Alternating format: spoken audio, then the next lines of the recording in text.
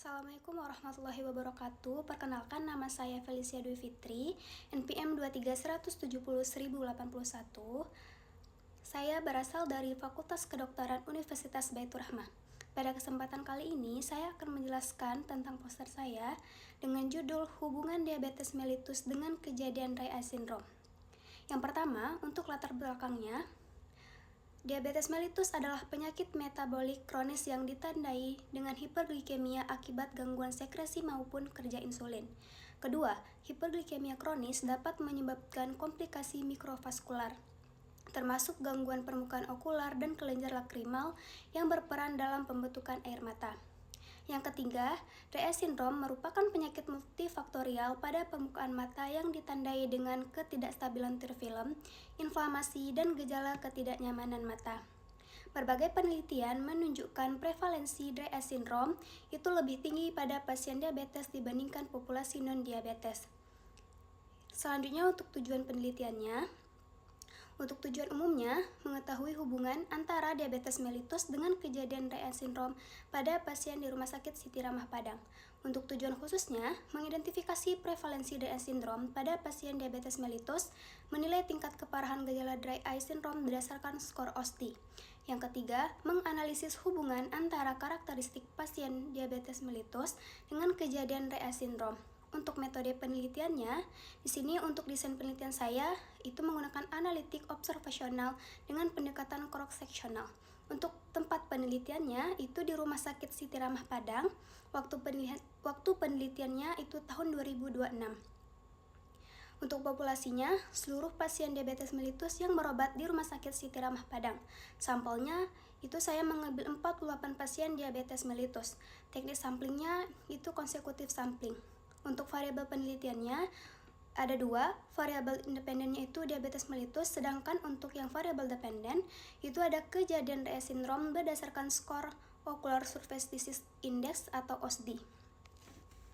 Selanjutnya, untuk hasil tinjauan literaturnya, di sini saya ada 15 jurnal yang saya review, yang sebagian besar penelitian itu menunjukkan pasien diabetes mellitus memiliki resiko lebih tinggi mengalami Dry Eye Syndrome dibandingkan individu non-diabetes.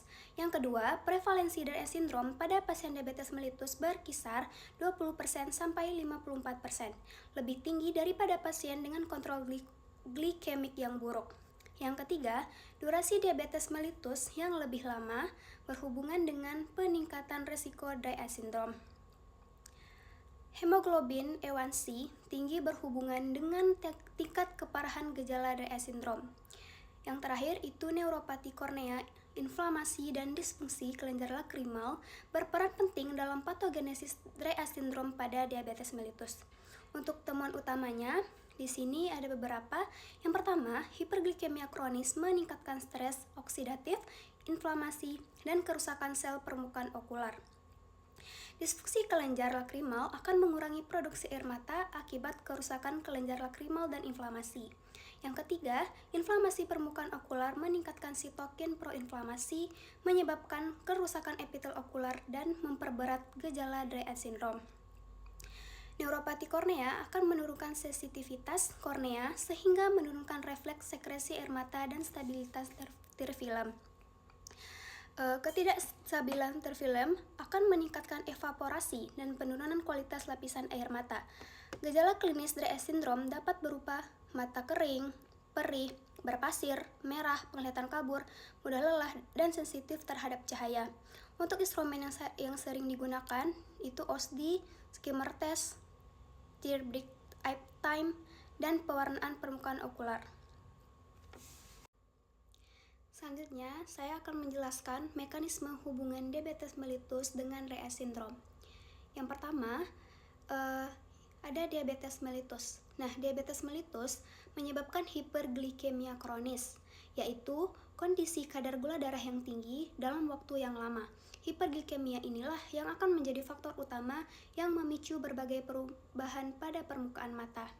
Nah, di sini terdapat 3 mekanisme utama yang terjadi. Pertama, itu ada neuropati kornea. Hiperglikemia dapat merusak saraf kornea sehingga sensitivitas kornea menurun.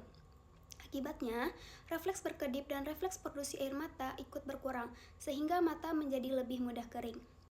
Kedua, itu inflamasi permukaan okular. Kadar glukosa yang tinggi akan memicu pelepasan mediator inflamasi pada permukaan mata.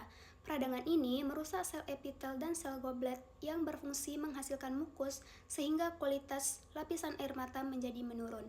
Ketiga, disfungsi kelenjar lakrimal. Diabetes juga dapat menyebabkan gangguan fungsi kelenjar lakrimal melalui kerusakan mikrovaskular dan neuropati otonom. Kondisi ini menyebabkan produksi air mata itu berkurang. Jadi, ketiga mekanisme tersebut kemudian menyebabkan ketidakstabilan tear film, yaitu lapisan air mata menjadi tidak stabil karena produksi air mata menurun dan penguapannya meningkat. Pada akhirnya, kondisi ini akan berkembang menjadi dry eye syndrome yang ditandai dengan gejala seperti mata terasa kering, perih, seperti berpasir, kemerahan, penglihatan kabur, serta mata mudah lelah.